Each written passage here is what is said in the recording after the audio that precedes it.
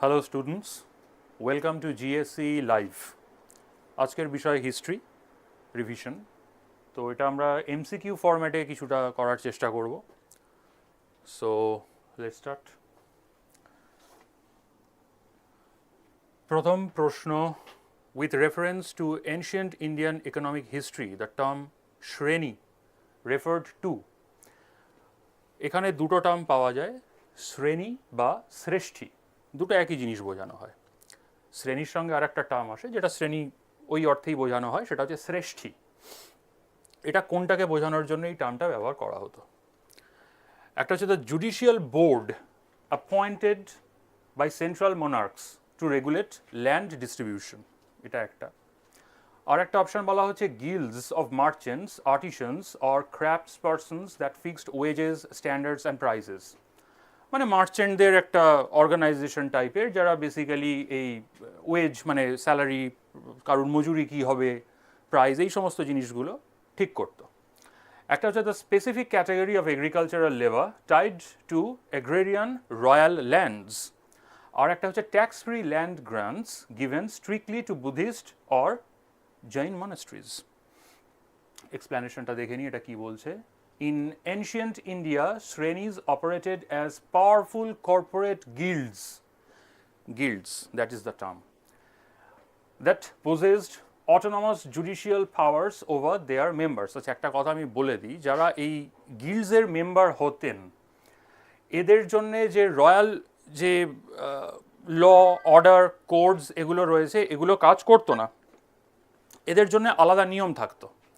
সেই নিয়মগুলো যেগুলো রয়েছে, সেই নিয়মগুলো এদের জন্য অ্যাপ্লিকেবল হতো। They regulated production, set standardised pricing, formulated labour rules and acted as autonomous banking system. Autonomous banking system, স্বশাসিত। এটা তাদের জন্যে, মানে গোটা রাজ্যে আর বাকি সাধারণ সিটিজেনদের জন্যে বা সাবজেক্টসদের জন্যে যে ল অ্যাপ্লিকেবল হতো, সেটা এদের জন্যে হতো না। এরা এতটাই পাওয়ারফুল ছিল। এই যে একটা টার্ম আমরা পাই, জগৎ শেঠ। জগৎ শেঠ কিন্তু কারোর নাম নয়। জগৎ শেঠ একটা ডেজিগনেশন, একটা পোস্ট। অ্যাকচুয়াল লোকটার নাম ছিল ফতেহ চাঁদ বা উমি চাঁদ, এক্স্যাক্টলি এই মুহূর্তে মনে পড়ছে না। ফতেহ চাঁদ most probably. He was the জগৎ শেঠ, মানে চিফ ব্যাংকার, এটাই বলা হতো। তো গিল্ড বা শ্রেণী, তো আগের কোয়েশ্চেন, অ্যাকচুয়াল কোয়েশ্চেনে দেখা যাক অপশনসগুলোর মধ্যে কোনটা আসছে। Now you'll easily get to know which is the answer. Guilds of merchants, artisans, option B, or crafts persons that fixed wages. এই গিল্ডস টার্মটা থাকলেই বুঝে যাবে যে এটা শ্রেণী বা শ্রেষ্ঠী এই ধরনের শব্দের সঙ্গে কানেক্টেড, এই ওয়ার্ডের সঙ্গে connected. Next question, the famous Indus valley civilisation site Harappa is situated on the banks of which river? One of the easiest question. চারটে অপশন আছে, Indus, Ravi, Sutlej and Ghaggar. This is the map. এই হচ্ছে নদীগুলো রয়েছে, সতলেজ, রবি, চেনাব, ঝেলাম। হরপ্পা দেখো কোন নদীর ধারে, দ্যাট ইজ বিসাইড রবি। আর এই যে ইন্দাস, পর পর পর পর সাইটগুলো, কোটদিজি, মহেঞ্জোদারো, আমরি, অল, চানহুদারো, সমস্ত পরপর। সুতরাং হরপ্পা জানতে চাওয়া হয়েছে, Harappa beside Ravi. So the correct answer is Ravi. Question number 2, option B, that is the right answer. Next, who among the following is known as the Napoleon of India? ভারতবর্ষের নেপোলিয়ন কাকে বলা হয়?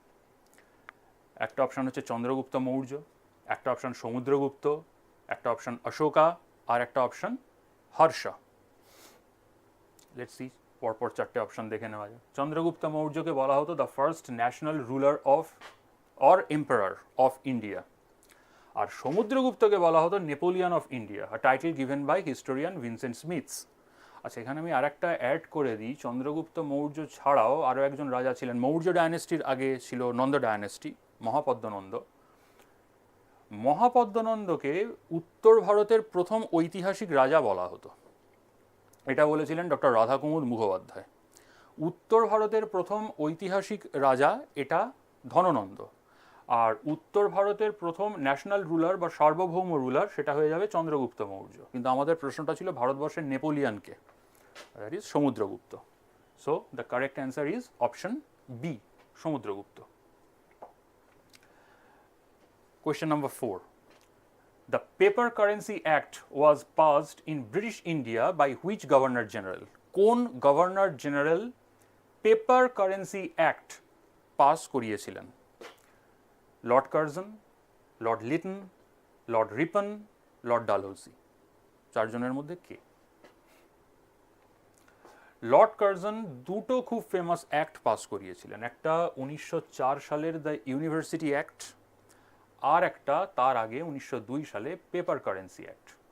এই কারেন্সি অ্যাক্টটা দেখতে গেলে মানে সেই অর্থে খুব সিগনিফিকেন্ট ছিল না, কিন্তু হিস্টোরিক্যাল অ্যাক্ট তো এটা বেসিক্যালি 1900 সালের একটা পেপার কারেন্সি অ্যাক্ট ছিল, সেইটার সেকশন 3টাকে রিপিল করেছিল এবং ওই সিলভার কয়েন্স, বুলিয়ন, এগুলো যেটা আছে, বুলিয়ন মানে গোল্ড বাটের মতন, তার একটা স্ট্যান্ডার্ডাইজড ভ্যালুয়েশন কারেন্সির নিরিখে এই অ্যাক্টের মাধ্যমে সেটা নির্ণয় করা হয়েছিল।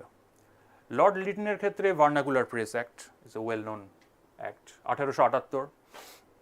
লর্ড রিপনের ক্ষেত্রে ইলবার্ট বিল, আর লর্ড ডালহৌসির ক্ষেত্রে doctrine of lapse 1848। So the correct answer is option A, Lord Curzon, the Paper Currency Act. Next, question number 5. The slogan "Inqilab Zindabad" was first raised by whom? স্লোগানটা raise কে করেছিল? এটা দু ধরনের question আসে, একটা হচ্ছে হু কয়েন্ড দ্য টার্ম ইনকালাব জিন্দাবাদ, এই টার্মটা কে তৈরি করেছিলেন, কে দিয়েছিলেন, আর একটা এই স্লোগানটাকে রেজ করেছিলেন বা কে পপুলারাইজ করেছিলেন। এখানে রেইজের কথা হচ্ছে, আমরা এটাকে পপুলারাইজ সেন্সেই ধরবো, আর একটা হচ্ছে কয়েন করেছিলেন, এইটা যদি কনফিউশন হয় তো সেইটার উত্তর সেই ব্যক্তি যে সে অপশানে নেই, কাজেই আমরা এটা সেফলি এটা ভগৎ সিং চুজ করতে পারি। কয়েন যিনি করেছিলেন তার নাম মৌলানা হজরত মোহানি, 1921 সালে। Inquilab Zindabad, that means long live the revolution, that was coined by the Urdu poet and freedom fighter Maulana Hazrat Mohani in 1921। আর Bhagat Singh first raised and popularised it, he and his associate Batukeshwar Dutt, এই যে আর একজন যে দিল্লি অ্যাসেম্বলিতে বোমা ফেলেছিল, দুজনে। It a nationwide rallying cry when they shouted it after bombing the Central Legislative Assembly in Delhi on April 8, 1929. So the correct answer is option B, Bhagat Singh. Who was the court poet of King Harshavardhana? চারটে option দেওয়া আছে, একটা হচ্ছে বানভট্ট, একটা হচ্ছে হরিসেনা, একটা হচ্ছে কালিদাসা, আর একটা হচ্ছে চাঁদ বরদই। এক্সপ্লেনেশন কি দেওয়া আছে? Banabhatta king Harshavardhana, Harisena king Samudragupta. এদের যে অ্যাসোসিয়েটেড যে ইনস্ক্রিপশনসগুলো আছে সেগুলো একটু দেখে রাখবে, কোনটা এলাহাবাদ প্রশস্তিকার, আইহোল ইনস্ক্রিপশন, এইগুলো কাদের? কালিদাস এর চন্দ্রগুপ্ত 2, বিক্রমাদিত্য গুপ্ত পিরিয়ডে, আর চাঁদ বরদই পৃথ্বীরাজ চৌহান দ্য থার্ড। আমরা সচরাচর পৃথ্বীরাজ চৌহান বলে থেমে যাই, বাট আরও এরকম দুজন পৃথ্বীরাজ চৌহানের উল্লেখ ইতিহাসে পাওয়া যায়।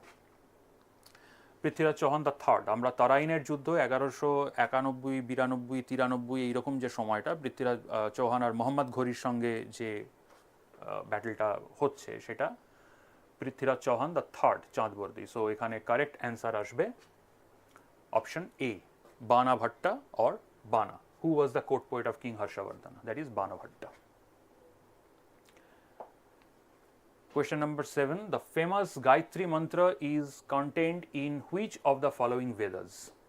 কোন বেদের চারটে ভাগ রয়েছে? ঋক, সাম, যজু, অথর্বা। এটা পরে কম্পাইল করবার সময় এগুলোকে সেগ্রেগেট করা হয়েছে। ইনিশিয়ালি সবই একসঙ্গে করা হতো, কিন্তু তারপরে আস্তে আস্তে এগুলোকে সেগ্রেগেট করা হয়। তো চারটে, যদি এখানে পরপর ঋক, সাম, যজু, অথর্ব দেওয়া নেই, এখানে সিকোয়েন্সটা ব্রেক করা আছে। প্রথম অপশানে হচ্ছে সাম বেদা, তারপরে যজুর বেদা, তারপরে অথর্বা বেদা এবং সবার শেষে ঋগ বেদা। তো কোয়েশ্চেন হচ্ছে গায়ত্রী মন্ত্র এর মধ্যে কোন বেদের সঙ্গে associated? Let's see the explanation. The famous Gayatri মন্ত্র is contained in the Rig Veda. So the correct option is the last option, that is Rig Veda. আর কি additional information দেওয়া আছে? The oldest of the 4 Vedas, specifically it is found in the third mandala, that is book 3, hymn 62, verse 10, and this is dedicated to the goddess Savitri. তো গায়ত্রী মন্ত্র actually goddess সাবিত্রীকে dedicate করা। এটা অনেকেই মনে করে যে গায়ত্রী মন্ত্র সূর্যকে ডেডিকেট করা হয়েছে, but the correct answer is goddess Savitri. সাবিত্রীকে সৌর জগতের অধিষ্ঠাত্রী দেবী বলে মনে করা হয়। তো গায়ত্রী মন্ত্র is actually dedicated to her. Next, question number 8. Who was the permanent president of the Constituent Assembly of India? চারটি অপশন যথারীতি doctor B.R. Ambedkar, doctor Rajendra Prasad, Jawaharlal Nehru, Sachchidananda Sinha. Constituent অ্যাসেম্বলির পার্মানেন্ট প্রেসিডেন্ট কে হন? আচ্ছা, এখানে একটা জিনিস আমি বলে দিই, কনস্টিটিউয়েন্ট অ্যাসেম্বলির প্রথম তিনটে যে মিটিং, সেই প্রথম তিনটে ডেট খুব ভালোভাবে মনে রাখতে হবে। 9ই ডিসেম্বর, 11ই ডিসেম্বর, 13ই ডিসেম্বর 1946। 9th ডিসেম্বর যেটা হয়েছিল সেটা ওই প্রোটেম স্পিকারের মতন ওই হাউসের সব থেকে বয়োজ্যেষ্ঠ যে ব্যক্তি রয়েছেন তাকে চুজ করা হয়েছিল। সব থেকে বয়োজ্যেষ্ঠ ব্যক্তি কে ছিলেন? সচ্চিদানন্দ সিনহা।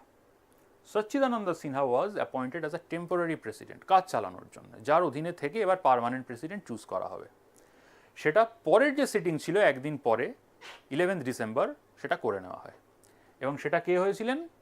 সেটা ডক্টর রাজেন্দ্র প্রসাদ। যদি কোয়েশ্চেনে পার্মানেন্ট শব্দটা না থাকে, ধরে নাও সে ফর এক্সাম্পল এই পার্মানেন্ট শব্দটা নেই, এটা কাটা, পার্মানেন্ট শব্দটা নেই, শুধুমাত্র who was the president of constituent assembly of India, সেক্ষেত্রেও কিন্তু রাইট অ্যান্সার হবে রাজেন্দ্র প্রসাদ, সচ্চিদানন্দ সিনহা হবে না। সচ্চিদানন্দ সিনহা যদি অ্যান্সার হয় তাহলে এই পার্মানেন্টের জায়গায় টেম্পোরারি কথাটা লেখা থাকবে। অনলি ইফ, এটা একদম শর্ট, একদম কন্ডিশন এটা, যদি টেম্পোরারি প্রেসিডেন্ট হিসেবে কোয়েশ্চেনটা আসে সেক্ষেত্রেই উত্তর হবে সচ্চিদানন্দ সিনহা। যদি শুধুমাত্র who was the president of constituent assembly এইভাবে প্রশ্নটা আসে সেক্ষেত্রে উত্তর হবে রাজেন্দ্র প্রসাদ। এখানে সেই অ্যাম্বিগুইটির কোনো জায়গাই নেই, কারণ এখানে পার্মানেন্ট প্রেসিডেন্ট বলেই দিয়েছে। কাজেই the correct answer is B, Rajendra Prasad. Sachchidananda Sinha temporary president 9th December 1946, doctor Rajendra Prasad permanent president 11th December 1946। আর একটা ডেট যেটা বলছিলাম 13ই ডিসেম্বর, এটা মেনশন করা নেই। 13ই ডিসেম্বর কি হয়েছিল? 13ই ডিসেম্বর অবজেক্টিভ রেজলিউশন মুভ হয়েছিল। কে মুভ করেছিলেন? জওয়াহরলাল নেহেরু। 9, 11, 13 একদম মাথায় ঢুকিয়ে নাও। 9 তারিখে টেম্পোরারি প্রেসিডেন্ট মানে December, 9th December 1946 temporary president. 11th December permanent president Rajendra Prasad. আর রাজেন্দ্র প্রসাদ প্রেসিডেন্ট হয়েছিলেন বলে এটাও একটা হয়তো কারণ, বড় কারণ, যে স্টিয়ারিং কমিটির হেড ইনিই ছিলেন, যিনি স্টিয়ারিং করবেন, তো রাজেন্দ্র প্রসাদ। আর 13ই December objective resolution moved by Jawaharlal Nehru. Next, 9, the non-cooperation movement was launched by Mahatma Gandhi in which year? তিনটে অপশন দেওয়া রয়েছে, 19, 20, 22, 30, সবই 1900। নন কোঅপারেশন মুভমেন্ট, দেখা যাক। 1919 তো জালিয়ানওয়ালাবাগ ম্যাসাকার হয়ে গেল। তারপরে 1920-তে non cooperation movement launched on September 4, 1920। আচ্ছা, এখন ডেটগুলো ভীষণ ইম্পর্টেন্ট থাকছে। 4th সেপ্টেম্বর, এটা দেখে নাও। Launched on 4th September 1920, ended in February 1922, আর 1930-তে সিভিল ডিসওবিডিয়েন্স মুভমেন্ট। তাহলে এখানে যে অপশনগুলো রয়েছে তার মধ্যে আমি কোনটা চুজ করছি? এখানে জিজ্ঞাসা করেছে লঞ্চড বাই, তাহলে লঞ্চড হলো 1920। So the correct answer is option B. Next, 10, the first non-cooperation of Gandhi was? গান্ধীর যে মুভমেন্টসগুলো থাকতো সেই মুভমেন্টসগুলোকে পরবর্তীকালে আবার 3-4টে ভাগে ভাগ করা হয়েছে। কোনটা প্রথম সত্যাগ্রহ, কোনটা প্রথম হাঙ্গার স্ট্রাইক, কোনটা প্রথম নন কোঅপারেশন। তো এখানে যেটা জিজ্ঞেস করা হয়েছে, the first non cooperation of Gandhi was, গান্ধীর প্রথম নন কোঅপারেশন মুভমেন্ট কোনটা ছিল? যথারীতি 4টে option, Kheda Satyagraha, Ahmedabad mill strike, Champaran Satyagraha আর Rowlatt Satyagraha. Let's see the explanation. Kheda Satyagraha 1918-র, এটা ছিল first non cooperation, Kheda Satyagraha. Ahmedabad mill strike 1918, একই বছরে 1918, এটা ছিল ফার্স্ট হাঙ্গার স্ট্রাইক। আর চম্পারণ সত্যাগ্রহ এটা ছিল ফার্স্ট সিভিল ডিসওবিডিয়েন্স। তাহলে জানতে কোনটা চেয়েছে? নন cooperation, Kheda satyagraha. The first non-cooperation of Gandhi was option A, Kheda Satyagraha. That is the correct answer. Okay. Next, 11. on which date was Bhagat Singh along with Rajguru and Sukhdev executed by the British? March 23, 1931, March 24, 1931, December 17, 1928, April 08, 1929. এর মধ্যে এই ডেটটা হচ্ছে দিল্লি অ্যাসেম্বলিতে বোমা ছোঁড়ার দিন, বটুকেশ্বর দত্তকে সঙ্গে নিয়ে। এই ডেটটা হচ্ছে যে দিন অ্যাকচুয়ালি ছিল ডেজিগনেটেড, যেটা ডেজিগনেটেড ডেট ছিল ফাঁসি হওয়ার, দ্যাট ইজ 24 মার্চ 1931। কিন্তু মুশকিল হচ্ছে আগের দিন 23শে মার্চ বিকেলবেলা থেকেই ওই জেলের চারপাশে এত লোকজন জমা হতে আরম্ভ করে যে জেল ভেঙে ভগৎ সিংকে ছাড়িয়ে নিয়ে চলে যাবে তার সঙ্গে যারা রয়েছে। তো ব্রিটিশরা একটা আর্জেন্ট অর্ডার সেখান থেকে বের করে আনে। ইনফ্যাক্ট ভগৎ সিংয়ের যে ডেথ সার্টিফিকেট যেটা জারি করেছিল জেল অথরিটি, সেটা 24 মার্চ এই ডেটটাই সেখানে দেওয়া ছিল। কিন্তু ব্রিটিশরা আর রিস্ক নিতে চায়নি, ওই দিন বিকেলেই ভগৎ সিংকে ফাঁসিতে চড়ানো হয়। এটা বিভিন্ন ডকুমেন্টেশন থেকে এটা প্রুভ হয়েছে। ভগৎ সিং তখন একটা বই পড়ছিল, কিছু পাতা তখন ওর পড়া বাকি ছিল, তো ভগৎ সিং সময় চেয়ে নিয়েছিল যে এটার বইটা তো শেষ করতে দাও। তো ব্রিটিশরা এগ্রি করেনি যে না, পরে আবার কখনো শেষ করে নেবে, এখন চলো, সময় হয়ে গেছে। এবং এই মৃত্যুর পরে, ফাঁসি দেওয়ার পরে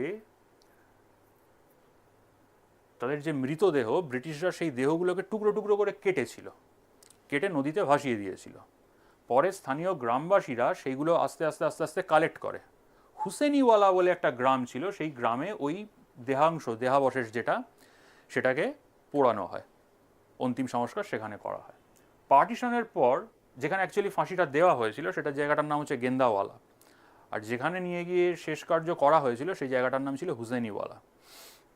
পার্টিশনের পর এই দুটো জায়গায়, গেন্দাওয়ালা আর হুসেনিওয়ালা, দুটোই পাকিস্তানে চলে যায়।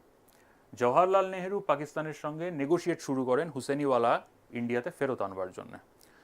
ওই একটা গ্রামের বদলে পাকিস্তান 18টা গ্রাম চায়, অ্যান্ড নেহরু এগ্রিড। ওই হুসেনিওয়ালা আজকে ভারতবর্ষে।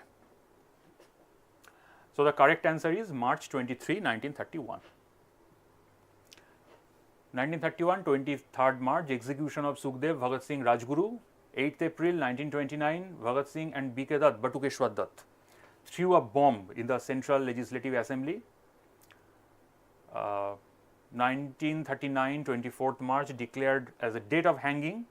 Our 1928, 27th December, এই ডেটটাও খুব ইম্পর্টেন্ট, কারণ এই দিনেই assassination of British police officer John P Saunders, ASP ছিল, ইন লাহোর, ব্রিটিশ ইন্ডিয়া। আর এসপি ছিল স্কট। অ্যাকচুয়ালি মারার কথা ছিল স্কটকে, কিন্তু স্কট সেই দিন থানাতে আসেনি, সন্ডার্স এসেছিল। আর এই দুজন অফিসারই প্রাইমারি রেসপন্সিবল ছিল লালা লাজপত রায়ের উপরে লাঠি চালানোর জন্য। যখন এই বিক্ষোভ, রাওলাট সত্যাগ্রহ যখন চলছিল পাঞ্জাবে, ভীষণভাবে এই বিক্ষোভটা তখন দানা বাঁধে, এবং এই যে র্যালি হচ্ছিল তখন লালা লাজপত রায় ছিল একদম ফোরফ্রন্টে। তো সেই লাঠি লালা লাজপত রায়ের ওপর পড়ে এবং ওই মাথাতে ইনজুরি হয়, এবং সেখানেই আস্তে আস্তে তার মৃত্যু হয়। পরে হসপিটালে নিয়ে এলে তার মৃত্যু হয়। তো ওই লালা লাজপত রায়ের মৃত্যুটাকে অ্যাভেঞ্জ করবার জন্য এই দুজনকে টার্গেট করা হয়েছিল, স্কট আর সন্ডার্স। বাট স্কট ওই দিনকে আসেনি, সন্ডার্স এসেছিল। And the first shot was fired by Rajguru. Okay, the answer is, ওটা বললাম আমি, 23rd of March 1931.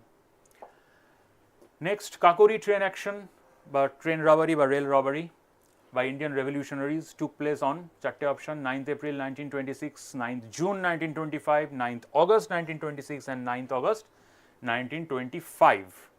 The Kakori train action was a train robbery that took place at Kakori, a village near Lucknow, on 9th August 1925. During the Indian independence movement against the British rule in India, it was organized by the Indian revolutionaries of Hindustan Republican Association. তখন পর্যন্ত HRA। ব্রিটিশরা এই, correct answer is 9th August 1925। এই ঘটনার পরে এই HRA কে ভেঙে দেওয়া হয় এবং সেই জায়গাতে HSRA, এখানে একটা এস বসিয়ে দেওয়া হয়, হিন্দুস্তান সোশ্যালিস্ট রিপাবলিকান অ্যাসোসিয়েশন, যার মেম্বার হয়েছিল ভগৎ সিং। তখনও পর্যন্ত Bhagat Singh was not part of HRA, Bhagat Singh was part of HSRA, Hindustan socialist republican association. আর এই দুটো অর্গানাইজেশনের মধ্যেই কমন যে নামটা ছিল তার নাম ছিল Chandrashekhar Azad, Chandrashekhar Tiwari. Anyway, next question 13. The construction of the Qutub Minar was completed by which Delhi Sultanate ruler? Complete কে করেছিলেন? Qutbuddin আইবেক, Iltutmish, Razia Sultana or বালবান? Started by Qutbuddin আইবেক, finished by Iltutmish. So the correct answer is Iltutmish. Next 14. Who is known as the grand old man of India and formulated the drain of wealth theory? It's very easy actually. The correct answer is দাদাভাই Naoroji. Explanation দেখা যাক. বাল গঙ্গাধর তিলককে বলা হতো, এখানে option কি ছিল? Option A তে ছিল বাল গঙ্গাধর তিলক. বাল গঙ্গাধর তিলককে বলা হতো ফাদার অফ ইন্ডিয়ান আনরেস্ট. আচ্ছা, এটা বাল গঙ্গাধর তিলককে কে বলেছিলেন? এটা ভ্যালেন্টিন চিরোল বাল গঙ্গাধর তিলককে এই টার্মটা পার্টিকুলারলি ইউজ করা হয়েছিল, ফাদার অফ ইন্ডিয়ান আনরেস্ট. কেন ইউজ করা হয়েছিল? বাল গঙ্গাধর তিলক একখানা বই লিখেছিলেন, বইটার নাম ছিল ইন্ডিয়ান আনরেস্ট, ওই জন্য ওকে বলা হতো father of Indian unrest. Valentine Chirol এটা বলেছিলেন. Next Gopal Krishna Gokhale. Gopal Krishna Gokhale option B, the political guru of Mahatma Gandhi. আর গোখলের গুরু কে ছিলেন? মহাদেব গোবিন্দ রানাডে, যিনি 1970 সালে যিনি পুনা সার্বজনিক সভা প্রতিষ্ঠা করেছিলেন. তারপরে অপশন সি রয়েছে Dadabhai Naoroji, the grand old man of India. আর একটা ইনফরমেশন আমি দিয়ে রাখি, দাদাভাই নরজি সেই সময় লিবারেলদের টিকিটে সরাসরি ইংল্যান্ডের পার্লামেন্টে পার্টিসিপেট করেছিলেন, উনি জিতে এসেছিলেন.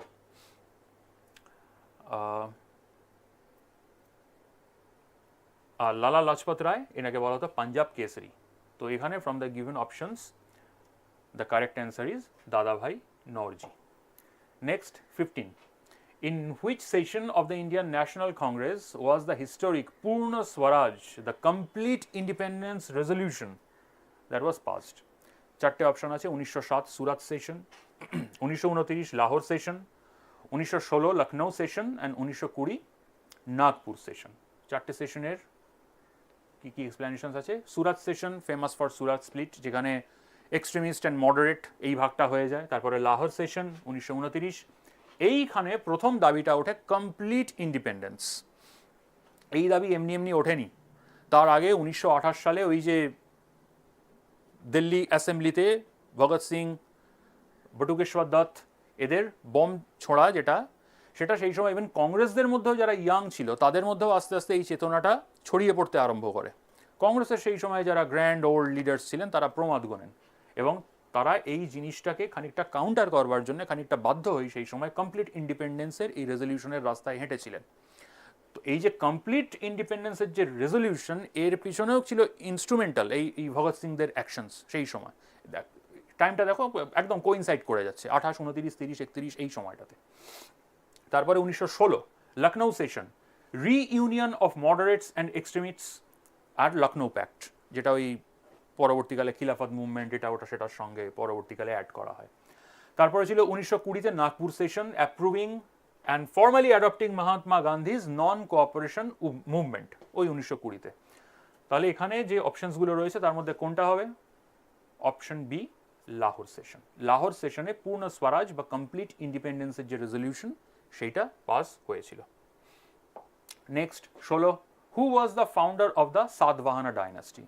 আবার very easy question, চারটে option, Simuk, Hala, Yajnashri or Pulumai or Pulumavi, whatever you call it. The প্রথমটাই সিমুকা, 60 খ্রিস্টপূর্বাব্দ থেকে 37 খ্রিস্টাব্দ এডি বা বিসি, না খ্রিস্টাব্দ না বিসি, এটাও বিসি হবে, খ্রিস্টপূর্বাব্দ. The founder of the Satavahana dynasty who established control over the Deccan after the decline of the Mauryan empire. Mauryan এম্পায়ারের বা সামগ্রিকভাবে মৌরিয়ান এম্পায়ার তো তারপরে আরও 3-4টে ডায়নাস্টি ইনহেরিট করেছিল পুরো নর্থ ইন্ডিয়াটাকে, যেটাকে বলা হতো আর্যাবর্ত. উত্তর ভারতটাকে বলা হতো আর্যাবর্ত, দক্ষিণ ভারতটাকে বলা হতো দাক্ষিণাত্য. তো এইরকমভাবে যেতে যেতে চলতে চলতে শেষ পর্যন্ত যেটা হলো যে পুরো নর্থ ইন্ডিয়ার যে ডায়নাস্টি, যেটা মেজর ডায়নাস্টি ছিল, সেটা আলটিমেটলি কুষাণদের কাছে চলে গেল এবং দক্ষিণ ভারতের যে পোর্শনটা নর্থ ইন্ডিয়ার রাজাগুলো পরপর পরপর শাসন করছিল সেটা সাতবাহনদের কাছে চলে গেল. সাতবাহনদের ফাউন্ডার রুলার সে হচ্ছে সিমুক, গৌতমীর পুত্র সাতকর্ণী আরও পরে, তারপরে বিশিষ্টপুত্র পুলমাই, হলা, যজ্ঞশ্রী, সাতকর্ণী তার আরও পরে. যাকে আমি ক্রোনোলজিটা পাওয়া গেল, তো আর খুব একটা যাওয়ার দরকার নেই. এটা সিমুকা Right answer is option A, Shimuka. Next, 17. Where did Gautama Buddha deliver his first sermon, known as the Dharma Chakra Pravartana? বুদ্ধের জীবনের যে 4-5টা গুরুত্বপূর্ণ ইনসিডেন্ট, যে সিম্বল দিয়ে যেটাকে রিপ্রেজেন্ট করা হয়, খুব সিম্বলিক যে জিনিসগুলো, তার মধ্যে ধর্মচক্র প্রবর্তনা অন্যতম গুরুত্বপূর্ণ। বার্থ ছিল লুম্বিনীতে, নেপালে, যেখান থেকে ওই রুমিন্দেই ইনস্ক্রিপশনটা পাওয়া গেছে অশোকের। তারপরে এনলাইটেনমেন্ট, এটা Bodhgaya, India. First sermon Sarnath, India. তারপরে পরিনির্বাণ আর final passing, that is Kushinagar, India. তাহলে এখানে অপশনটা কি আসবে? ধর্মচক্র প্রবর্তন, first sermon, Sarnath, India, Sarnath. Option B, that is the correct answer.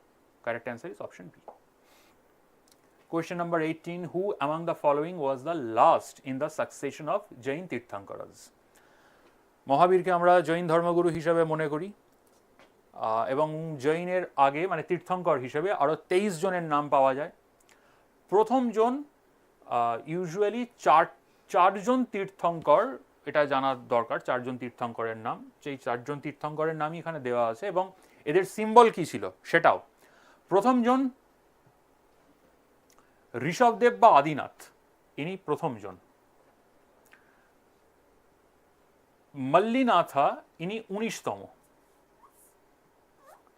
এনাকে নিয়ে কনফিউশনটা কি, শ্বেতাম্বর এবং দিগম্বর দুটো ভাগ জৈনদের, তার মধ্যে এক দল একে ফিমেল বলে মনে করে, ফিমেল তীর্থঙ্কর বলে মনে করে, ওমেন তীর্থঙ্কর বলে মনে করে, এবং এনার সিম্বল হচ্ছে কলস, পট। তারা মনে করে, একদল বলে মল্লী দেবী আর একদল বলে করে মল্লিনাথা, ইনি 19তম। পরেশনাথ বা পার্শ্বনাথ 23তম, মহাবীর 24তম। জৈন ধর্মে এই 24 জন তীর্থঙ্করেরই নাম পাওয়া যায়। হু among the following was the last in the succession of Jain Tirthankaras? Mahavira. 23rd Tirthankar, Rishabhdev, also known as Adinath, first Tirthankar, Mahavira 24th or the last Tirthankar, and Mallinatha, that is 19th Tirthankar. Correct answer is option C. 19.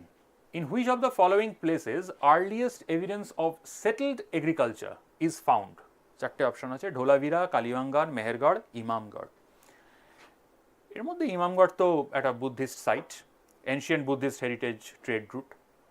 ঢোলাভিরা IVC site, Gujarat. IVC site মানে Indus valley civilisation, তখন cultivation well settled.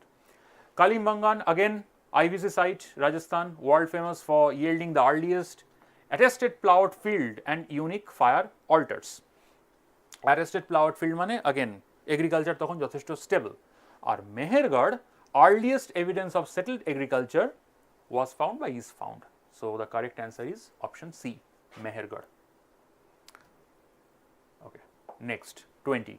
Who was the first king to surrender to Alexander? চারটে option, অম্ভি, পরুজ বা পুরু, বিম্বিসারা, চন্দ্রগুপ্ত মৌর্য। বিম্বিসারা বহু যুগ আগে, বিম্বিসার 545 খ্রিস্টপূর্বাব্দে সিংহাসনে বসছেন। আর আলেকজান্ডারের ভারত ইনভেশন হচ্ছে 327 বিসি। তো যে রুটটা ছিল ইনভেশনের, সেখানে পোরস বা পুরু পাঞ্জাব, হিদাসপিসের যুদ্ধ, হিদাসপিস ঝেলামকে বলা হতো, ঝেলাম রিভার। আচ্ছা, এই কোয়েশ্চেনটা অন্যভাবেও আসতে পারে, সেটা হচ্ছে which Indian king surrender to Alexander without any fight, without any battle. বা আর একটা কোয়েশ্চেন এটা থেকে আসতে পারে যে who was the king of Takshashila, Taxila বা Takshashila when Alexander was invading. দুটোর অ্যান্সারই আসবে অম্ভি। Ambhi was the first to surrender to Alexander without any war, and Ambhi was the king of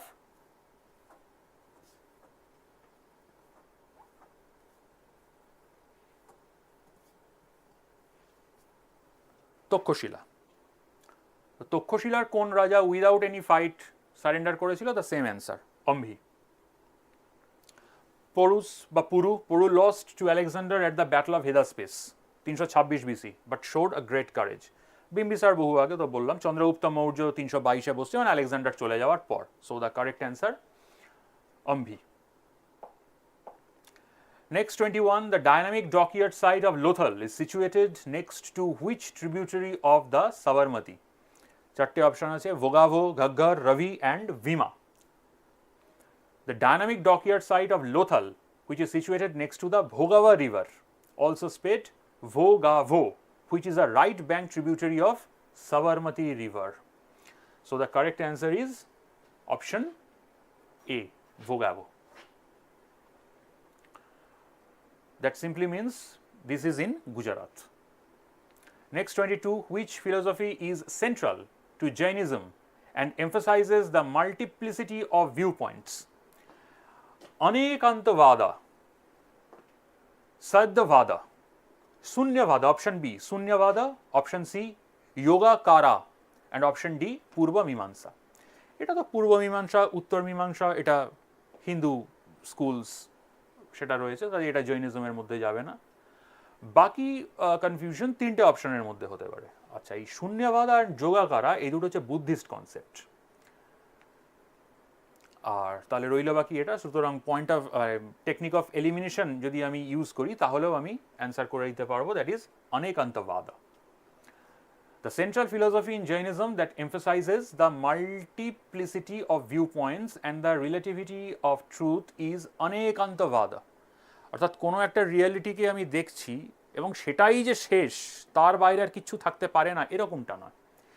কোনো একটা ঘটনাকে দেখবার অনেকগুলো স্পেকট্রাম হতে পারে, অনেকগুলো অ্যাঙ্গেল হতে পারে, এবং সেই সমস্ত অ্যাঙ্গেল থেকেই তাদের ভিউ পয়েন্ট থেকে সেই ঘটনাটা সত্যি, এটাকেই বলা হচ্ছে অনেকান্তবাদ। অর্থাৎ কোনো একটা ঘটনাকে বিভিন্ন আঙ্গিক থেকে ব্যাখ্যা করা, দেখতে চাওয়া, এইটা। It translates to the doctrine of non one sidedness, যেটা বললাম, or many sidedness. According to this philosophy, reality is too complex and multifaceted to be captured by a single absolute perspective. Instead, truth is viewed from various angles, which leads to two other vital Jain concepts, Syadvada and Nyayavada. আমি আর এই ডিটেলসে যাচ্ছি না, just concept দুটো জেনে রাখো।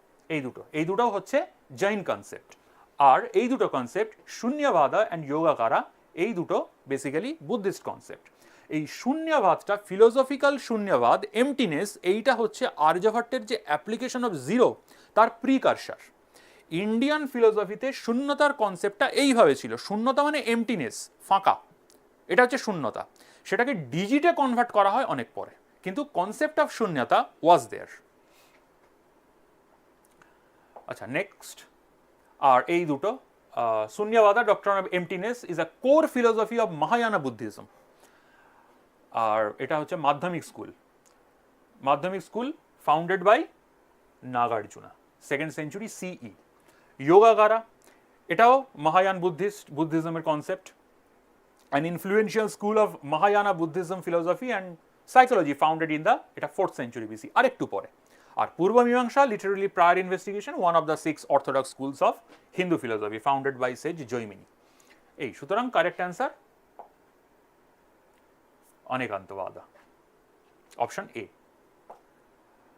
Next 23, Alexander the Great fought King Poru on the banks of which river in 326 BC? এখানে আর হিদাসপিসটা দেওয়া নেই, এখানে সরাসরি ঝেলাম দিয়ে দেওয়া। তো ঝেলামেরই সেই সময়ের নাম ছিল Hydaspes. The historic conflict between Alexander the Great and King Porus in 326 BCE is known as the Battle of Hydaspes. Hydaspes River, which is known as the Jhelum River today, is in Punjab region of modern day Pakistan. আর এই নদীগুলোর যে ঋগ্বৈদিক নাম ছিল সেই সময় 7টা 8টা 9টা যে নদী, ওটা একবার দেখে রাখবে। ইন্দাসের যেমন ছিল সিন্ধু নদী, রবির যেমন ছিল পুরুষিনী, এই ধরনের। 24, who was the Greek ambassador visited the court of Bindusara? Bindusara আর বিম্বিসারা, বি ভেরি কেয়ারফুল, এখানে বিন্দুসারের কথা বলা হচ্ছে। কে এসেছিলেন, কোন Greek ambassador? Deimachus, Megasthenes, Ptolemy or Nearchus? Megasthenes তো অনেকটাই আগে, আর টলেমির সময়টা, এটা এক্সপ্লেনেশন এটা দেখে নাও। Deimachus, a Greek from Plataea who lived during the 3rd century BCE, he became an ambassador to the court of Mauryan ruler Bindusara Amitraghata. বিন্দুসারের আর একটা নাম ছিল অমিত্রাঘাত। টলেমির সময়টা তো যেটা বলছিলাম, টলেমির সময়টা অনেকটাই পরে। এটা যদি 300 বিসির আশেপাশে হয়, তো টলেমি হচ্ছে এডি চলে আসছে 100 থেকে 170 এডি। হ্যাঁ, এই যে 100 থেকে 170 এডি। He was a Greco-Roman mathematician, astronomer and geographer who lived in Alexandria. Alexandria নামটা বুঝতেই পারছো, আলেকজান্ডারের নাম থেকে এসছে। আল ই সিকান্দারিয়া, ওটা তাড়াতাড়ি করে বললে ওই আলেকজান্দ্রিয়ার মতন শোনাবে, ইজিপ্টে। He is best known for the Ptolemaic system, a geocentric model of the universe that placed Earth at the center. আর নিয়ারচোস বা নিয়ারখোস এই নামটা এখন একটু মনে করে রাখো, আমি পরে আসছি এটাতে ডিটেলসে। was one of the Greek officers. আমরা একজনেরই নাম জানি, একজন জেনারেলেরই নাম জানি, তার নাম হচ্ছে সেলুকাস, যে আলেকজান্ডারের জেনারেল ছিলেন। আলেকজান্ডারের আরেকজন জেনারেল ছিলেন, জেনারেল ঠিক না, উনি ফ্লিট, মানে সমুদ্রের যে ফেরাটা, যে মেরিন ফ্লিট যেটা, সেইটার চার্জে উনি ছিলেন। গ্রিক অফিসার্স আর navarch in the army of Alexander the Great. He is known for his celebrated expeditionary voyage starting from the Indus River through the Persian Gulf and ending at the mouth of Tigris River, following the Indian campaign of Alexander the Great 326 to 324.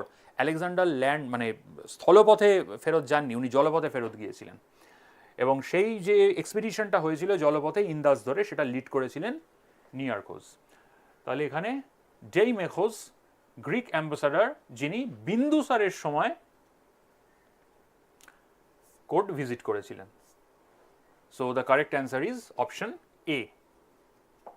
Next, the famous Junagadh rock inscription of Rudra Daman is written in which language? চারটে option দেওয়া রয়েছে, প্রাকৃত, সংস্কৃত, পালি or ব্রাহ্মী।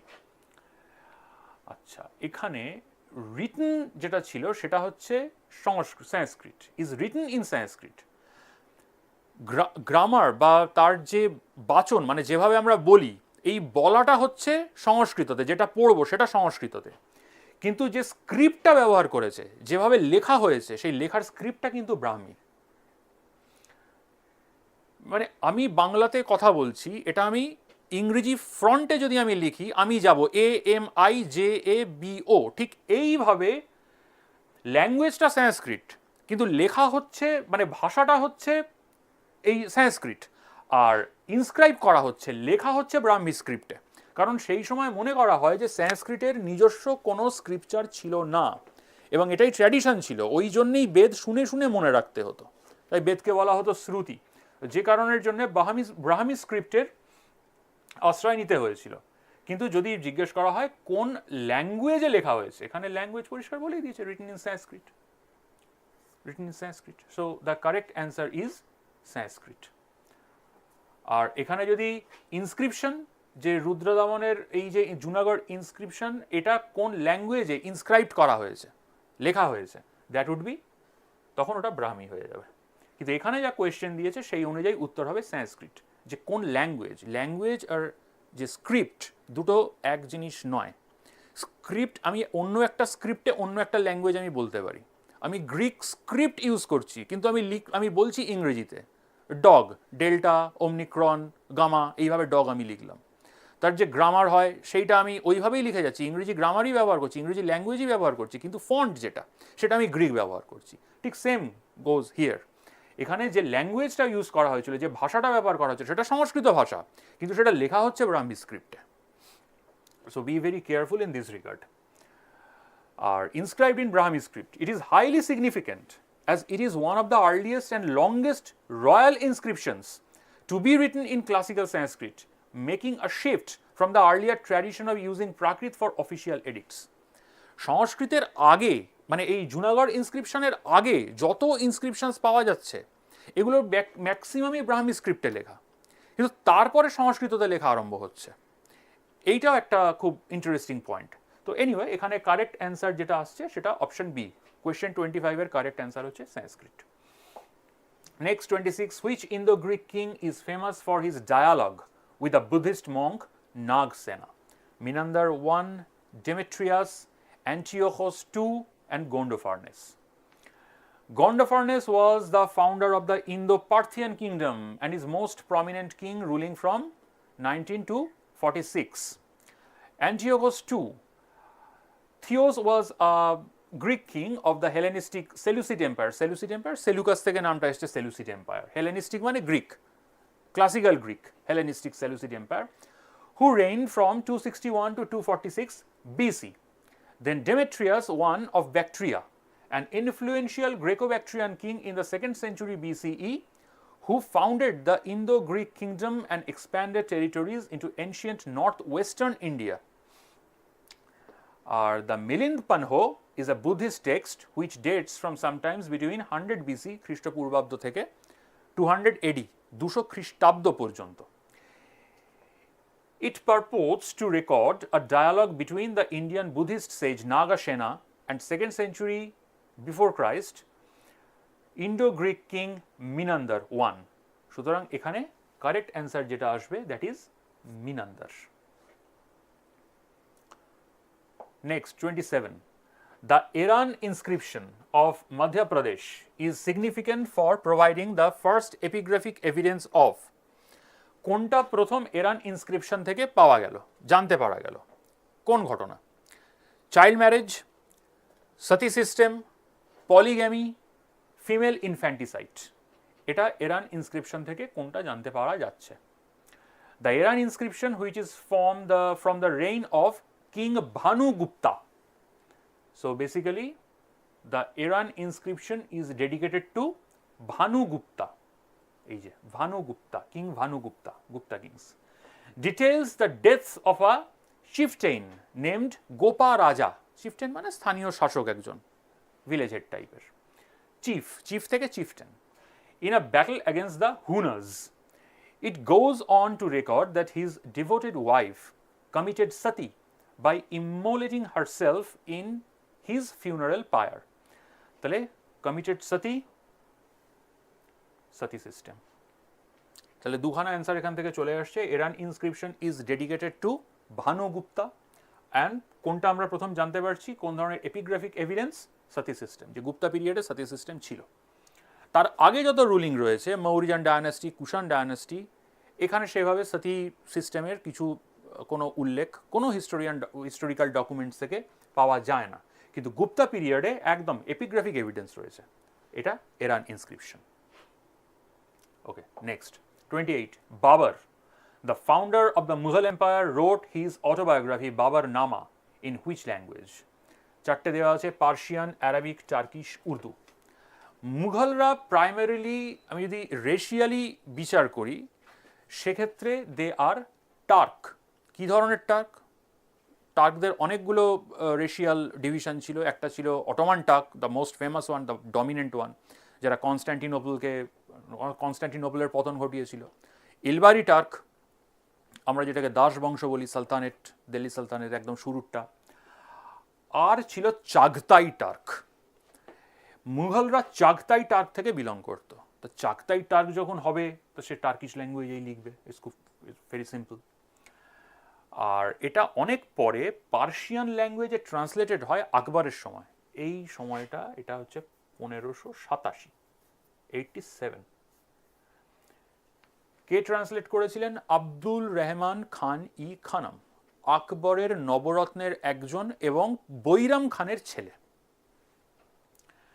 তো initially এটা Babur wrote his autobiography, the Babur Nama or Tuzugi Babri in his mother tongue, Chagtai Turkish. এটা autobiography, মানে নিজেই লিখবে. The Babur Nama was translated into Persian by the Mughal courtier Abdul Rahim Khan i Khanam in 1589. এটা কোথাও কোথাও 87 দেওয়া থাকে, এখানে 89 দেওয়া আছে. At the behest of Emperor Akbar. So the correct answer is, এখানে correct answer হচ্ছে Turkish. Next, 29. Who propounded the philosophy of Vishishta Advaita, qualified monoism? Advaita মানে non-dualism, দ্বৈত dualism. Vishishta Advaita, Vishishta মানে বিশেষভাবে, qualified monoism or qualified non-dualism. চারটে নাম রয়েছে: শঙ্করাচার্য, রামানুচার্য, মাধবাচার্য, নিম্বরাকা. চারটে দেখা যাক. শঙ্করাচার্যের অদ্বৈত Vedanta, that's pure non dualism. রামানুচার্যের বিশিষ্ট অদ্বৈত, কোয়ালিফাইড নন ডুয়ালিজম।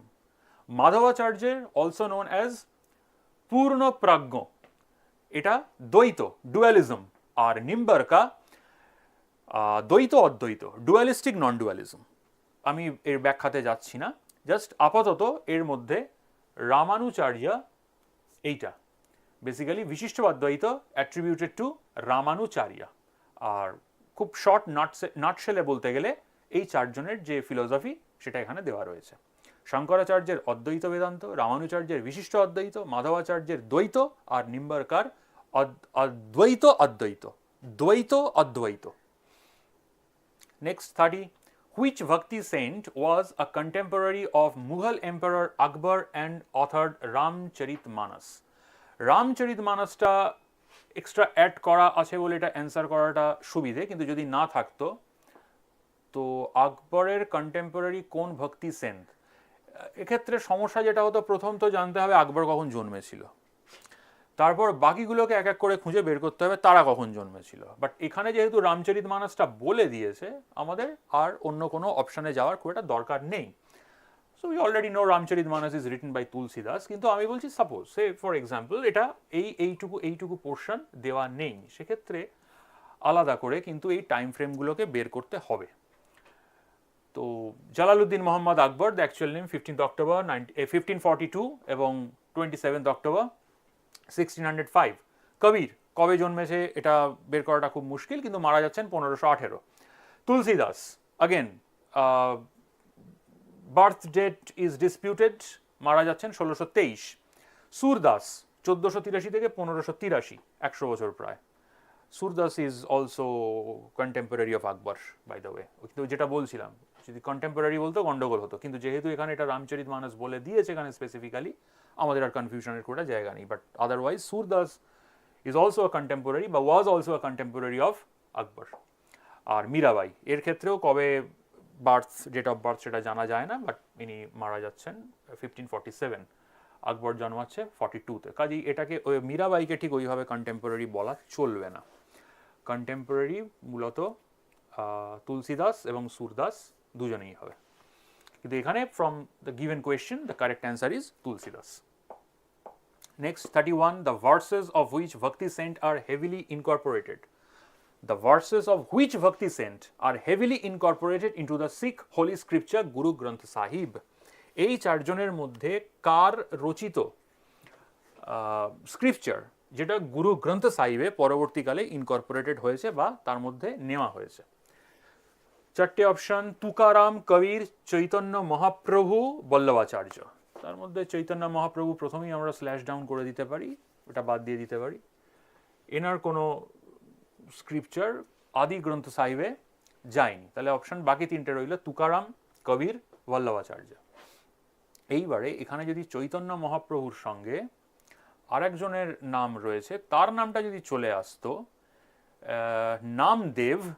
নামদেব, সেক্ষেত্রে একটু সমস্যা হতো, কারণ নামদেব এবং কবির, এখানে কবির রয়েছে কিন্তু নামদেব নেই। So that's why it's easier two answer. The verses of which Bhakti saint are heavily incorporated into the Sikh holy scripture Guru Granth Sahib, the correct answer would be Kabir. কিন্তু আরও একজন ভক্তি সেন্ট আছেন যার Holi script, যার ওই লেখাগুলো গুরু গ্রন্থ সাহিবে নেওয়া হয়েছে, তার নাম Namdev.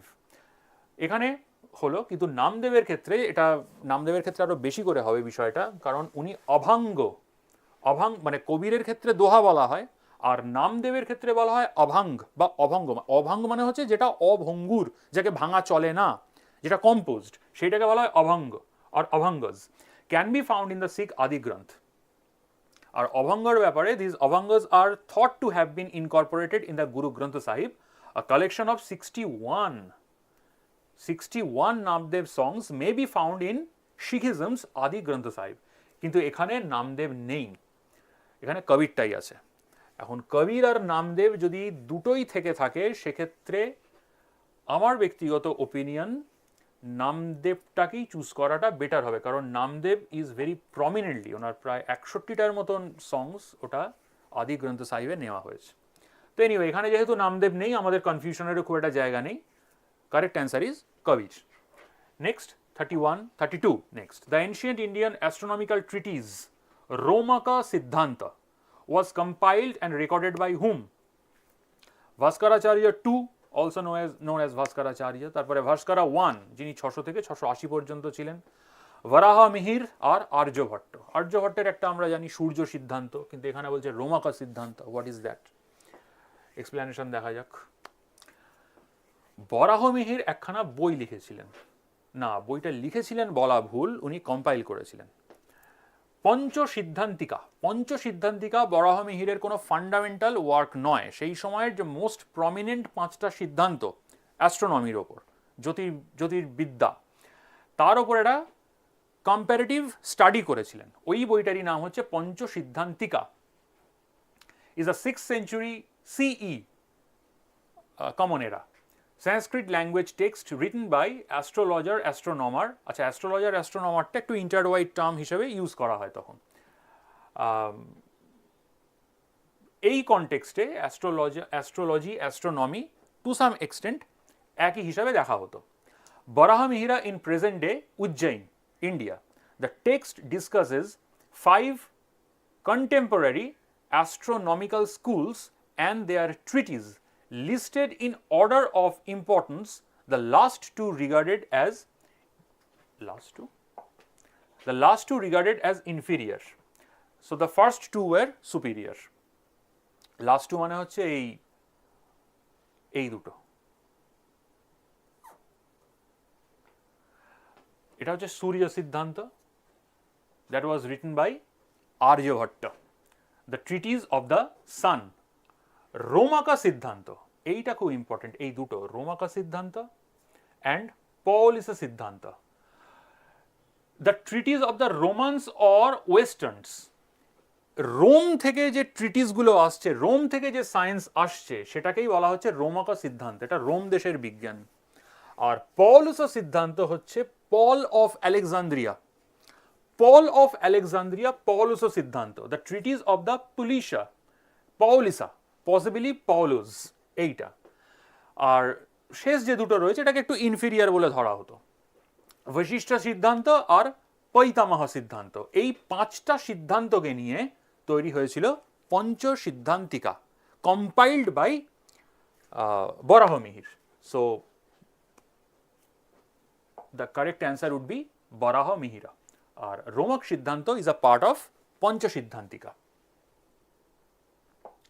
Okay, next 33. How long did Alexander the Great stay in India before his army mutinied and forced him to retreat? আলেকজান্ডারের নিজের সৈন্যরাই আর ইন্ডিয়াতে থাকতে চাইছিল না, so that's why they started to retreat. They forced Alexander to retreat. তো retreat করবার আগে Alexander কতদিন ভারতবর্ষে ছিলেন? এটা একেবারেই factual question. The correct answer is 19 months. Next 34. At which place Alexander is said to have seized 230,000 oxen, possibly zebu, intending to send them to Macedonia for plowing land? কোন জায়গা থেকে আলেকজান্ডার প্রায় 2,30,000 ষাঁড় গ্রিসের উদ্দেশ্যে, ম্যাসিডোনিয়ার উদ্দেশ্যে নিয়ে চলে যান? এবং এই পুরো নিয়ে যাওয়াটা হয়েছিল, অ্যাজ আই সেড, যে আলেকজান্ডার কিন্তু স্থলপথে ফেরত যাননি, উনি জলপথে ফেরত গিয়েছিলেন। যে জাহাজগুলোতে ফেরত যাওয়া হয় তাইতে চাপিয়ে নিয়ে যাওয়া হয়। কিন্তু কোন জায়গা থেকে এই অক্সগুলোকে, এই ষাঁড়গুলোকে উনি ক্যাপচার করেছিলেন? হিদাসপিস, যেটা পাঞ্জাবে পড়ে, সোয়াট valley, modern day Punjab, Khyber Pakhtunkhwa, C গাউগা মেলা, কারেন্ট ডে এরবিল, এটা খুব সম্ভবত ইরাকে পড়ে, আর গান্ধারা, তক্ষশিলা। হ্যাঁ, এইটা নিয়ারখোস, যিনি আলেকজান্ডারের পুরো ফিরতি যে ফ্লিটটা ছিল সেইটা যিনি লিড করেছিলেন, এটা তার আঁকা ম্যাপ। এবং এটা মাথায় রাখতে হবে, যে সময় উনি এই ম্যাপটা আঁকছেন 326 BC-তে, তখনও পর্যন্ত ফর্ম্যালি পৃথিবীকে কেমন দেখতে, পৃথিবীর কোথায় কি রয়েছে, পৃথিবী আদৌ মানে ডিস্টেন্স কীভাবে মাপা হবে, ম্যাপগুলো কীরকম, সেটা তখনও পর্যন্ত লোকে জানে না। নিয়ারখোস এই জায়গাটা খেয়াল করে, এই হচ্ছে গুজরাটের এই খানিকটা প্রজেকশন দেখানো হয়। কিন্তু মুশকিল যেটা হয়ে গেছে, অ্যারাবিয়ান সিটা এইটুকুনি মনে করেছে, ও ফিরেছিল এই পথেই। এখানে তোমরা হয়তো অতটা পরিষ্কার বুঝতে পারবে না, কিন্তু এখানে বলা রয়েছে ভয়েজ অফ দ্য নিয়ার হোস, এখানে ডট ডট ডট ডট একটা করা আছে। এটা আমি আন্ডু যদি করি বোঝা যাবে কি, এইখানে খুব হালকা একটা ডট দেওয়া আছে, এই হেদাসফেস, এইখান থেকে ফিরতি, এখান থেকে ফিরছে, এইখান থেকে ফিরছে, এই যে হয়ে এই আলেকজান্দ্রিয়া, এইখানে এসে এই পুরো এই জায়গাগুলো এইভাবে হয়ে রয়েছে, পার্সিয়ান গালফ, পার্সিয়া, এই সমস্ত জায়গা। এইটা হচ্ছে ওই ম্যাপটা আঁকা, ঠিকঠাকই করেছে, শুধু এই জায়গাটা একটু গড়বড় করে ফেলেছে। বাট 2300 বছর আগের ম্যাপ এটা ড্র করা। আর যে জন্যে এই ষাঁড় নিয়ে যেতে হলো আলেকজান্ডারকে, এইটা হচ্ছে আমাদের দেশের ষাঁড়, এইটাকে বলা হয় জেবু ক্যাটেল। আর এইটা সেই সময় ইউরোপে যেটা পাওয়া যেত, এইটার নাম হচ্ছে অরক্স। এই অরক্স এখন আর পাওয়া যায় না, 1622 বা 1627 খ্রিস্টাব্দে পোল্যান্ডে শেষ পাওয়া গিয়েছে। একটু ভালো করে ছবি দুটো দেখলেই বোঝা যাবে যে দুটো এই ক্যাটলের মধ্যে প্রাইমারি ডিফারেন্সটা কোথায় আছে, এবং কেন হঠাৎ আলেকজান্ডার এই জেবু ক্যাটল নিয়ে এতটা ফ্যাসিনেটেড হয়ে পড়লো। একটা দুটো নয়, 2,30,000 নিয়ে গিয়েছিল সঙ্গে করে। The primary difference is here, এইটা এখানে অ্যাবসেন্ট। এইটা অ্যাবসেন্ট থাকার জন্য যেটা হতো, সেটা ইউরোপিয়ানরা জমি চাষ করবার জন্য লাঙলটাকে ঠিকমতো জোর দিতে পারত না। এখানে কোয়েশ্চেনটা ভালো করে দেখো, প্লাউইং ল্যান্ড, জমিতে লাঙল দেওয়ার জন্যেই নিয়ে যাওয়া হয়েছিল, এই যে এই জিনিসটা। এবং এইটা মানে এইটা মিনস জেবু ক্যাটল, এটা মেসিডোনিয়াতে এবং সেখান থেকে ইউরোপে ক্রস ব্রিডিং আরম্ভ করা হয় সেখানকার যে লোকাল ব্রিডগুলো ছিল তাদের সঙ্গে। And this breed was so much neglected যে এটা 1627 খ্রিস্টাব্দের শেষ পোল্যান্ডে দেখা গিয়েছিল। এখন এটা আর পাওয়া যায় না ইউরোপে, এখন এটা extinct. So the correct answer is এটা সোয়াট ভ্যালি হবে, সোয়াট ভ্যালি থেকে, খাইবার, এখান থেকে। তো question number 34, correct answer is Swat valley, Khyber. Next, the script of Indus valley civilization was primarily, কি ধরনের বলা হবে এটাকে? ব্রাহ্মী, খরষ্ঠী, পিকচোগ্রাফিক, দেবনাগরী। ব্রাহ্মী কাকে বলবো, খরষ্ঠী কাকে বলবো? লেফট সাইড থেকে রাইট সাইডে আসছি, এটা হচ্ছে ব্রাহ্মী। এবার আমরা রাইট সাইড থেকে লেফট সাইডে যাচ্ছি, সেটা হয়ে যাচ্ছে খরষ্ঠী। আর পিকচোগ্রাফ এটা ওই হায়ারোগ্লিফিক লিপির মতন, যে বেসিক্যালি ছোট্ট ছোট্ট পিকচার দিয়ে কোনো জিনিসকে রিপ্রেজেন্ট করা হতো। টেকনিক্যালি স্পিকিং এখানে যে অপশনস দেওয়া রয়েছে তার মধ্যে এটাই অ্যান্সার হওয়া উচিত, পিকচোগ্রাফ। কিন্তু আইভিসি মানে ইন্দাস ভ্যালি সিভিলাইজেশনের যে স্ক্রিপচার ছিল সেটার একটা খুব স্পেসিফিক নাম ছিল, কারণ ওটার যে রাইটিং প্যাটার্ন, ওই রাইটিং প্যাটার্নটাও খুব ইউনিক, ভারী ইউনিক। সেটা কিভাবে? এই যে ব্রাহ্মী স্ক্রিপ্ট লেফট টু রাইট যাবে, খরষ্ঠী স্ক্রিপ্ট এদিক থেকে এদিকে আসবে, যেমন উর্দু, পার্সিয়ান, আরবিক, এই সমস্ত। আর ইন্দাস ভ্যালি সিভিলাইজেশন যেটা হতো সেটা হচ্ছে প্রথম লাইনটা বাঁ দিক থেকে ডান দিকে গেল, কিন্তু পরের লাইনটা ডান দিক থেকে বাঁ দিকে আসবে। আবার তার পরের লাইনটা বাঁ দিক থেকে ডান দিকে যাবে, লেফট টু রাইট, আবার তার পরের লাইনটা রাইট টু লেফট, এইভাবে চলতে থাকবে। একটা এস প্যাটার্ন টাইপের একটা তৈরি করতে করতে করতে করতে যাবে। এই পার্টিকুলার প্যাটার্নটার নাম হচ্ছে বুস্ট্রোফেডন। বুস্ট্রোফেডন, কিন্তু বুস্ট্রোফেডন এখন আমার এখানে অপশানে নেই, অপশানে আমার পিকচোগ্রাফিক রয়েছে, তো এটাই অ্যান্সার হবে। আর অ্যাডিশনাল ইনফরমেশন কি দেওয়া আছে? Boustrophedon describes the direction in which text is read, zigzag pattern যেটাকে বলা হয়, whereas the pictograph describes the form of the characters, a picture or symbol that represents an object, concept or idea rather than a specific sound. A bustrofedon is a reading method, whereas a pictograph is a writing method. Writing method, pictograph, আর আমি যখন পড়বো, কিভাবে পড়বো জিনিসটা, সেইটা হয়ে যাচ্ছে reading method, that is বুস্ট্রোফেডন। তো এখানে আমার বুস্ট্রোফেডন নেই, তো অত টেনশনেরও কিছু নেই। The pictographic is the correct answer, option C. Next 36, who among the following social reformers publish the journal Kudi Arasu? Kudi Arasu was published by whom of the following? C.N. Mudaliar, Sri Narayana Guru, E.V. Ramaswamy Naicker যাকে বলা হয় পেরিয়ার, আর C.V. Raman Pillai. Let's see. Mudaliar was one of the founders of the Justice Party, along with P. Chetty and T. M. Nair. Sri Narayan Guru was a revered philosopher, spiritual leader, and social reformer. E. V. Ramaswamy Naikar, popularly known as Periyar, was an Indian social activist and politician who started the self-respect movement and Dravida Kazhagam. এই যে ডিএমকে একটা political Tamil, দ্রাবিড়া Munnetra কাজাগুম, all India দ্রাবিড়া Munnetra কাজাগুম, এই দ্রাবিড়া কাজাগুম থেকে এটা origin করে। দ্রাবিড়া কাজাগুম। কুড়ি আরাসু which translates into Republican. কুড়ি আরাসু শব্দটার মানেই হচ্ছে এই শব্দটার মানেই হচ্ছে রিপাবলিকান।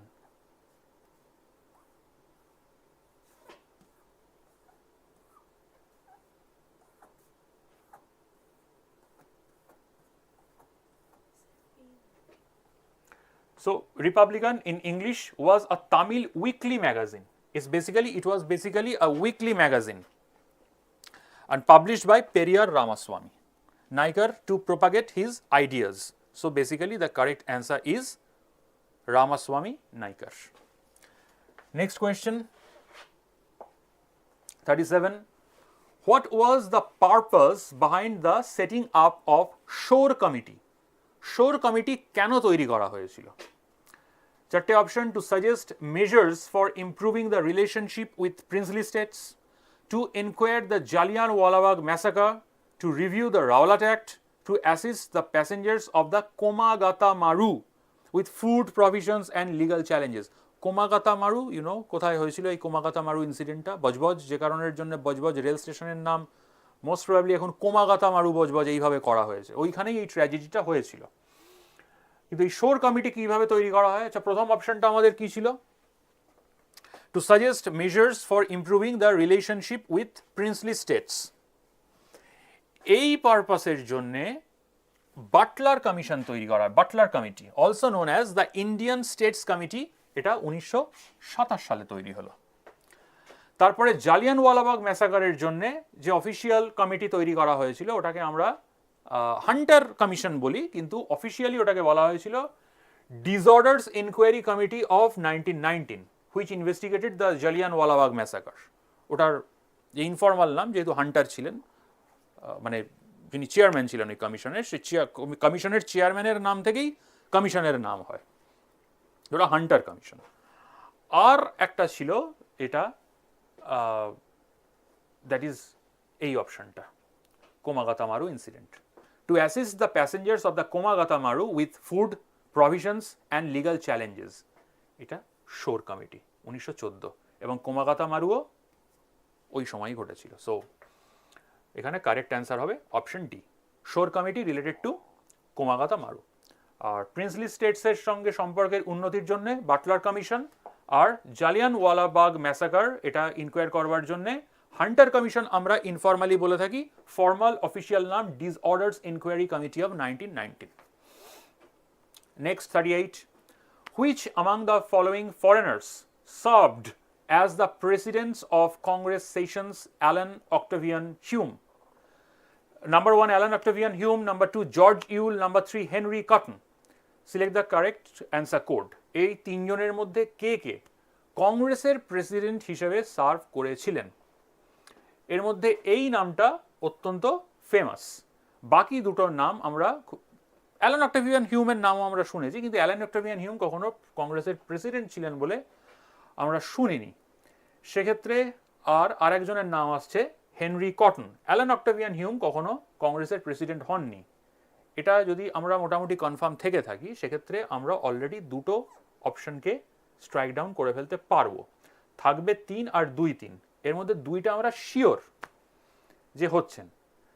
3টা আমার যদি কনফিউশন থেকেও থাকে যে হেনরি কটন কখনো কংগ্রেসের প্রেসিডেন্ট ছিলেন কি ছিলেন না, সেক্ষেত্রে হেনরি কটন আমার যা অপশন রয়েছে তার মধ্যে এখানে চলে আসছে। So although Alan Octavian Hume played a prominent role in establishing Indian National Congress, he never served as its president. As I said. Allan Octavian Hume হবে না, তো এক যেখানে যেখানে আছে সেই একটাকে আমি স্লাইস ডাউন করে দেবো। জর্জ ইউল সম্পর্কে আমি 100% কনফার্ম, তো জর্জ ইউল যেখানে আছে সেটা হবেই। এই 2 অপশন, এই একটা থাকছে। আর 3-এর ব্যাপারে আমি যদি কনফার্ম নাও হই হেনরি কটনের ব্যাপারে, তো এটা বাই ডিফল্ট চলে আসবে। তো correct answer is option D. Henry Cotton 1904 সালে 1904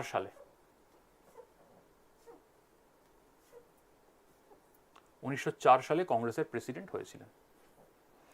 Congress president in its 20th session in বম্বেতে হয়েছিল এই সেশনটা। 39, which of the following pairs is correctly matched? কোনটা কোনটা? Battle of Kharda, Nizam versus Maratha confederacy. আচ্ছা, কারেক্টলি ম্যাচ বলেছে, careful. Battle of Kharda, Nizam versus Maratha confederacy. Battle of Buxar, এটা মীর জাফর হবে। Mir Jafar versus Cornwallis. Battle of Wandiwash, Dutch versus East India company, এটা তো ফ্রেঞ্চ হবে। আর battle of Chillianwala, Clive versus Marathas. Let's see. Battle of Kharda took place in 1795 between Nizam and Maratha confederacy. তাহলে battle of Kharda এখানে কি বলা আছে? নিজাম অ্যান্ড মারাঠা কনফেডারেসি পেয়ে যাচ্ছি আমি। Battle of Wandiwash, French and British, এখানে কি রয়েছে? ডাচ দিয়ে দিয়েছে, so no. Battle of Buxar, এ তো এখানে তো মীর জাফরের কথা বলা হচ্ছে। আর battle of Chillianwala, basically 1849, second Anglo Sikh war, তো এখানেও ক্লাইভের কোনো গল্প নেই। So the correct answer is option A, battle of Kharda, এটা correct answer. Next, which of the following organisation submitted in 1875 a petition to the House of Commons demanding India's direct representation in the British Parliament? এই organisation চারটের মধ্যে কোন organisation ব্রিটিশদের পার্লামেন্টে, ব্রিটেনের পার্লামেন্টে ভারতীয়দের সরাসরি রিপ্রেজেন্টেশন ক্লেম করেছিল, যে ওখানে সরাসরি রিপ্রেজেন্ট করবে ভারতীয়রা? Madras Mahajan Sabha, East India association, the Indian association, আর Poona Sarvajanik Sabha. Pune Sarvajanik Sabha was established by Mahadev Govind Ranade in 1870 along with Ganesh Vasudev and others. In 1875, আচ্ছা 1870 তে এস্টাবলিশ হলো, 87 দাবি উঠে গেল। The Pune Sarvajanik Sabha submitted a petition to the House of Commons. ব্রিটিশদের পার্লামেন্টের দুটো House of Commons, House of Lords. আমাদের রাজ্যসভা এবং লোকসভার মতন। আমাদের লোকসভাটা হচ্ছে ব্রিটেনের হাউস অফ কমন্স, আর রাজ্যসভাটা হচ্ছে হাউস অফ লর্ডস। তাহলে পিটিশনটা কাকে দেওয়া হয়েছিল? হাউস অফ কমন্স, মানে লোয়ার হাউসকে, যেখানে অ্যাকচুয়ালি ইলেক্টেড হয়, ইলেক্টেড রিপ্রেজেন্টেটিভরা যেখানে যায়। Demanding direct representation of India in the parliament. So the correct answer is Poona Sarvajanik Sabha. Okay, আজকের এই পর্যন্তই রইল। Thank you very much.